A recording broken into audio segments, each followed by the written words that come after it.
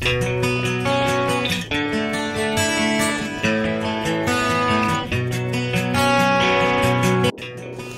good afternoon mga kalakotsero.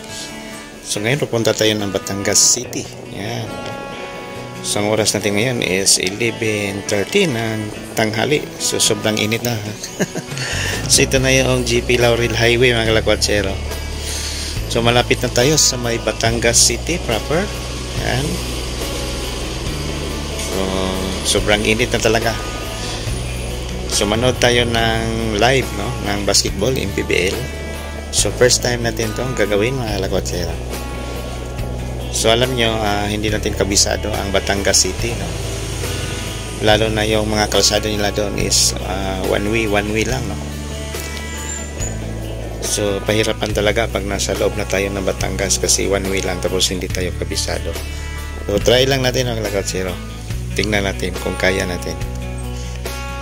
So wala, hindi tayo pwede gagamit ng Google Map, kasi ang hirap na doon, dikit-dikit na yung kalsada, yung Google Map hindi na accurate. So gagawin natin ito, sundan natin itong mga jeep, mga ganito, jeepney. Yan yung susundan natin pag nasa loob na tayo ng Batangas, jeepney or tricycle. So ito na yung GP Laurel Highway, President Jose P. Laurel Highway. Yan. So hindi masyadong crowded itong kalsada, kasi dalawa kasi ang way papuntang Batangas, yung Star Toll at saka itong Jose P. Laurel na highway. So nadaanan natin kanina ang hindi barangay, yung San Jose na town kanina.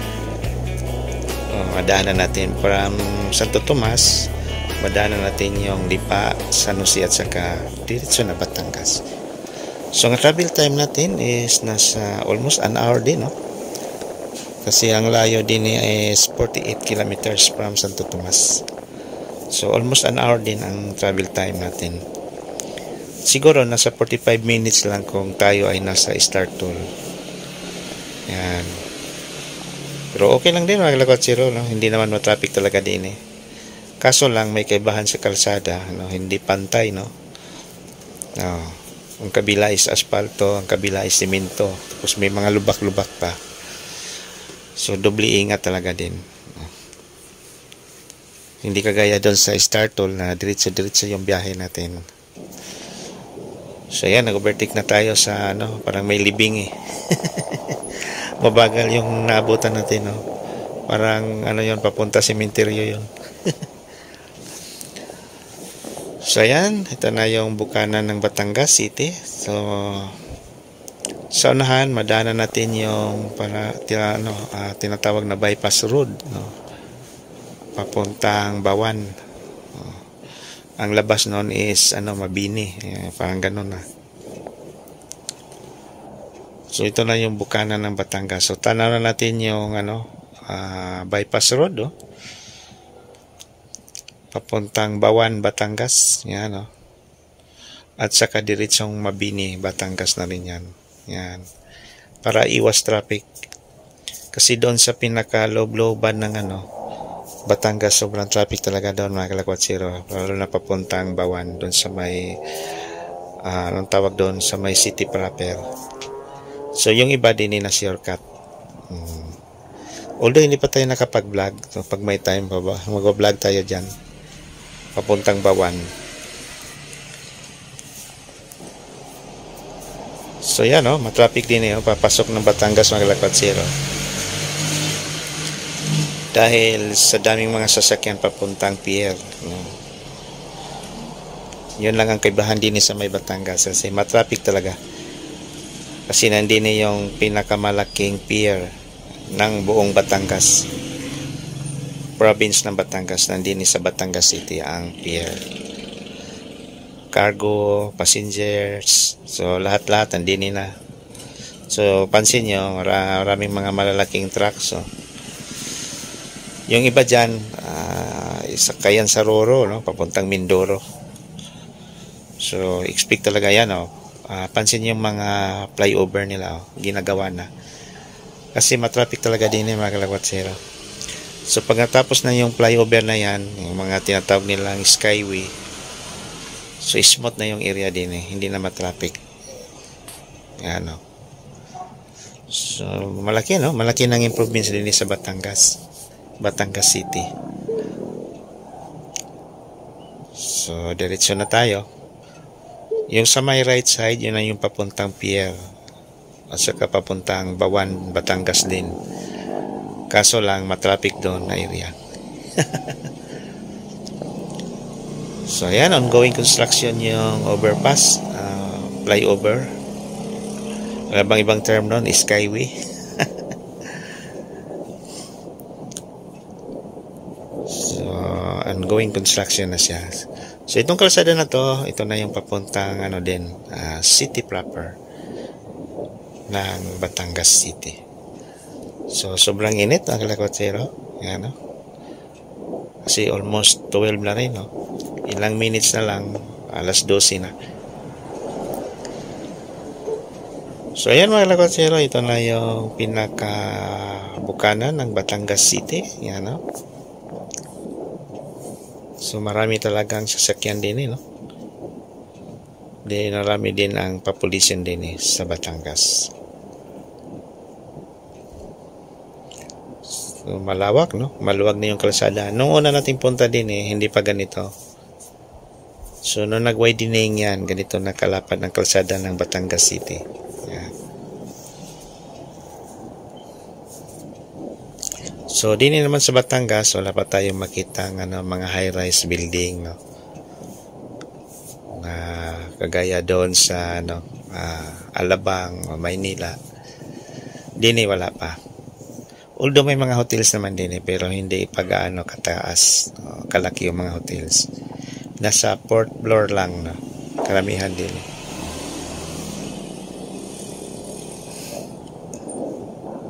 So napakalawak ng kalsada, kaso lang hindi asfalto.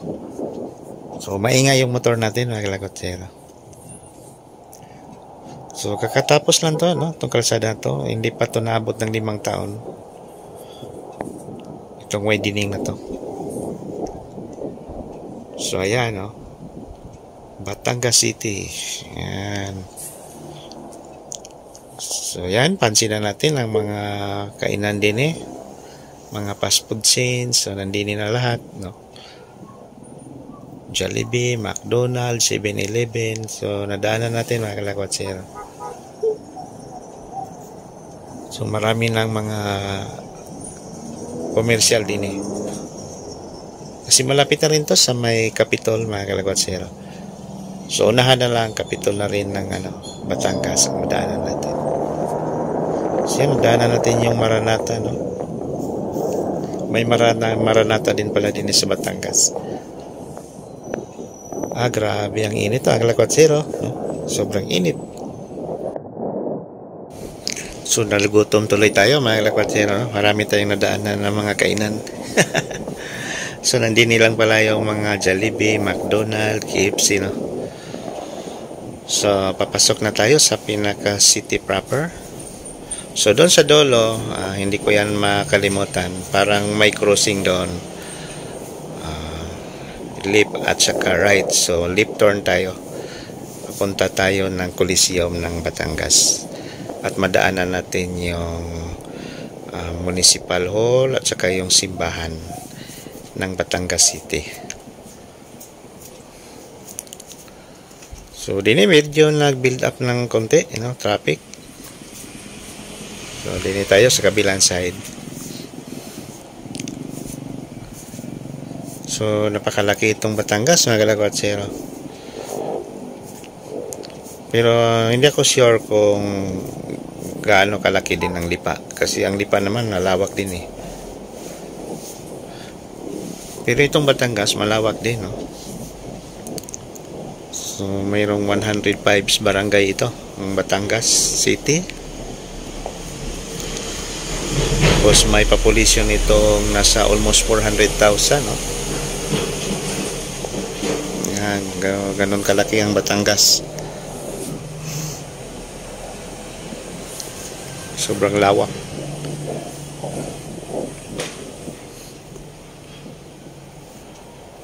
So, ang layo pa pala, no? Inintay ko yung barang may crossing mga lakwatsero kasi doon tayo liliko. So, madanan din pala yung yung City Hall. Ay, hindi ako sure kung nadaanan na ba natin mga lakwatsero. Baka mamaya.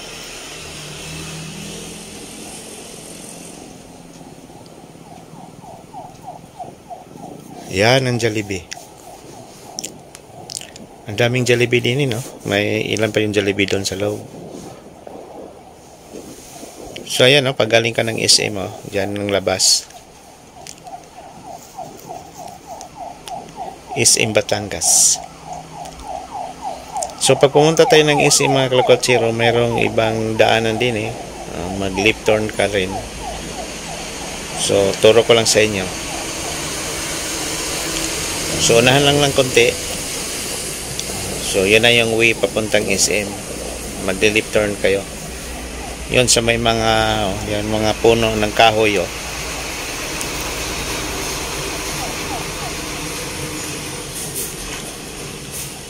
So, yan, may kotse na liko. Yan, So, yan yung way papuntang SM. Then, itong area na ito na yung Capitol ng Batangas. Yan, Capitol na yan, mga lakwatsero, pag tayo ay pumasok dyan. Kapitolyo yan. Ang ganda pa naman ng Capitol din sa Batangas City. So, napansin nyo mga lakwatsero, one of the cleanest city itong Batangas. Napakalinis. Wala kang makita din ng kalat ng mga basura.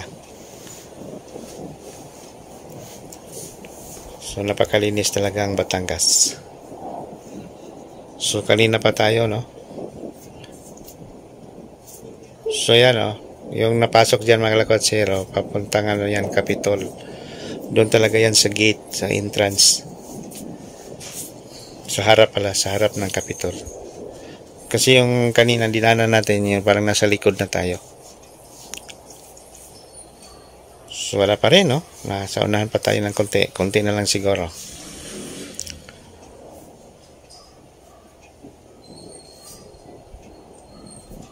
So, maraming mga offices din hindi natin alam, no? So, ayan, tanaw na natin. So, magli-left turn tayo dyan. At yan na yung pinaka-bayan ng Batangas City. Pinaka-city proper. Ito na yung tinatawag nilang the Central Business District ng Batangas. Yan, left turn tayo. So, ito na yun, mga lakwatsero. Ito na yung city proper ng Batangas. So, yan, kita nyo yung mga commercial din left and right. So, walang masyadong high-rise building. Nasa 4th floor lang yung pinakamataas, So, mayroon pa mga ancestral house din, Buhay pa. Pinipreserve pa. So, pansin nyo yung mga buildings din sa Batangas. Medyo may kalumaan na rin, Kasi itong city ng Batangas ay nagsimula noong 1917. Tagal na pala ito naging siyudad, itong Batangas. So, kita natin yung ibang mga infrastructure napakaluma na. So, sobrang tagal na talaga itong Batangas, na naging city, 1917. So, medyo may katagalan na. So, pansin niyo itong mga jeep na ito, mga lakwatsero. Ito yung sundan natin papuntang Coliseum. Yan, ito. So, marami yan, So, pag-araw, hindi tayo naliligaw. Ang gabi lang. Naliligaw talaga tayo pag gabi kasi wala hindi natin makita yung mga signage. Yung mga street. Yung mga palatandaan natin. Yun lang ang mahirap pag gabi. Pero pag araw, sunod-sunod lang tayo sa mga jeepney. So, tingnan nyo mga lakwatsero. One way lang, One way lang talaga. So, pahirapan talaga pag hindi natin kabisado yung siyudad. So, ito na pala itong tinatawag na Rizal Avenue, mga lakwatsero. Ito yung pinaka-busy highway ng Batangas, Rizal Avenue. So, ginawa na nila itong wala nang counterflow. Yan na nga. Kasi para iwas traffic.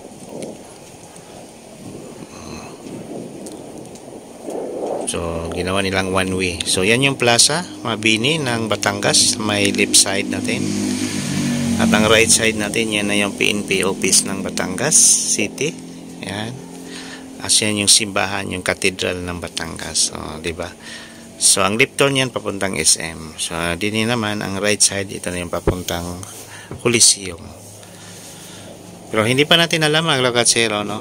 Yan ay nakita ko lang sa Google Map. Medyo na-memorize ko lang ng konti. Pero actual iba talaga, no? Kasi yan, ang daming mga intersection din eh. So lampas daw ng market, tapos yun na yun, malapit ng Coliseum. So hanapin muna natin yung market ng Batangas, wheat market. Pag nandoon na tayo, malapit na daw tayo sa may Coliseum. So sundan natin dito, ito lang yun, no? Wala na tayong pakialam sa mga ibang kalsada kasi ang diliit na, parang imposible na rin. Parang tricycle na lang ang pwedeng pumasok. So hindi natin yan, no? Ito talagang anuhin natin. May jeep, oh. Ayun, may signboard, diretso lang daw tayo, Coliseum. Yan, oh, diretso, oh. Ang lang, di ba tayo hulihin din eh. Tingnan muna natin mga kalakwatsyero. O yun, may pumasok. Pwede. Hindi siguro. Haliko na lang tayo. Pwede naman siguro yun. Okay na, baka mahuli tayo. Dini tayo, kabila. So maghanap tayo. Hanapin natin yung palengke muna, yung wheat market.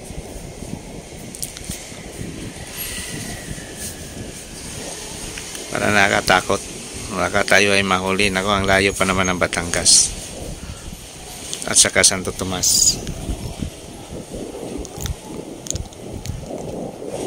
So, yan. Ito, parang nangangamoy palengke na.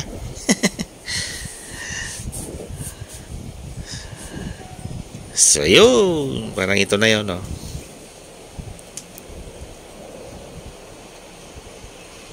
Ano kayang highway din eh? Yan, ito. So may jeep mga kalakwatsyero, sundan natin to. Yan, buti na lang may jeep.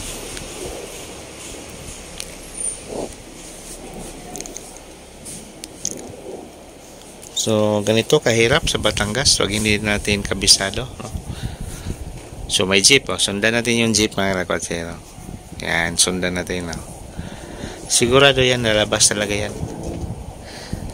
Malay natin dadaan yan doon sa may Coliseum. Ito na yung wheat market, oh. Yan, oh. Gilid ng Ewan ko lang, baka dagat na yung likod niya, no. Yun na yung wheat market, yung bagong market ng Batangas. So, andini yung mga jeep, mga kalakwatsyero. So, meaning, nandini lang sila. Ito na yun, no. Sundan natin to. So, yan, oh. Sinundan lang natin yung mga jeep, oh. So lang tayo, right turn lang tayo mula dun sa may palengke. Right turn tapos diretso.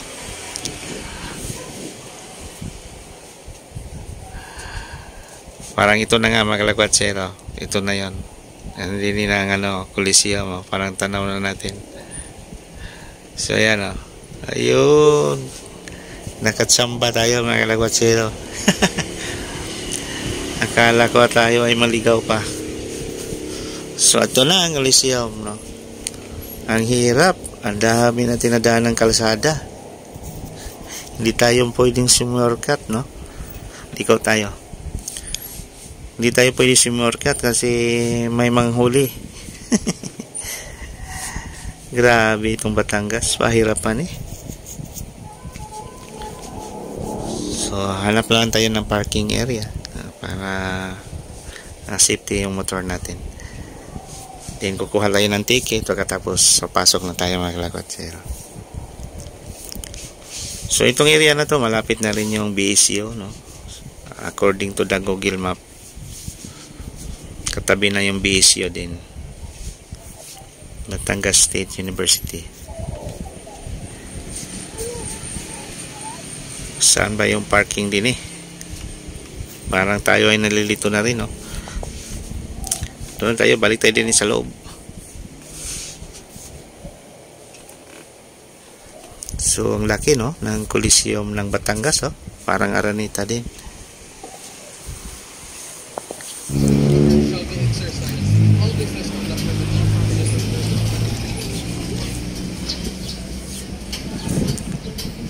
So, sana kunti lang ang manood, no?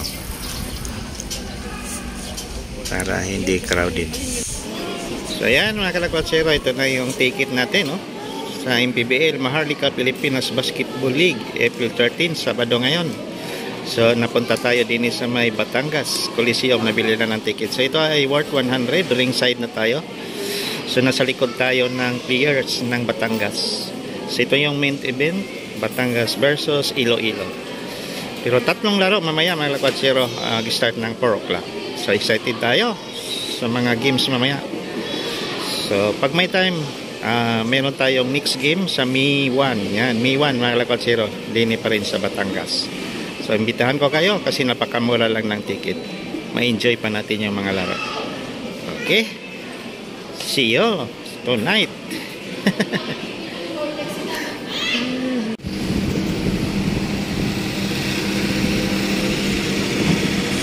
So, nandini na pala itong ano ng MPBL para transmitter site nila. Mga gamit pala sa pagtitake ng mga videos. So, dito na tayo. Papunta na tayo ng Coliseum. So, 100 peso lang, no? Ang ringside, napakamura. At 3 games na mapanood natin. So, yan. Excited na tayo. Ito yung harap ng Coliseum. Batangas City Sports Complex. So, yan. Nagdating na yung mga bisita.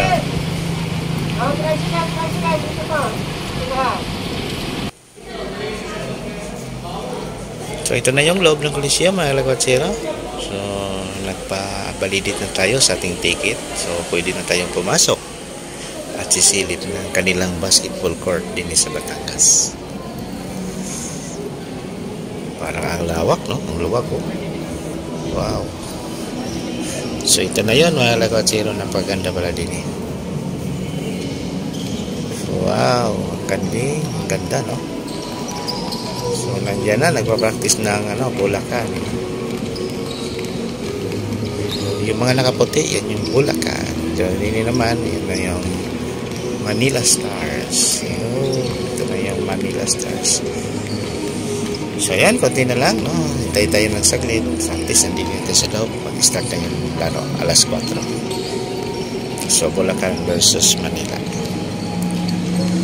So, ang ganda ng court din, mga kalakwatsero. Sana mayroon din tayo dyan sa may Santo Tomas, no? Dapat magpagawa din si Mayor ng magandang court. So, din na lang. Maraming salamat sa buwan noon. God bless us all. Thank you. Bye-bye.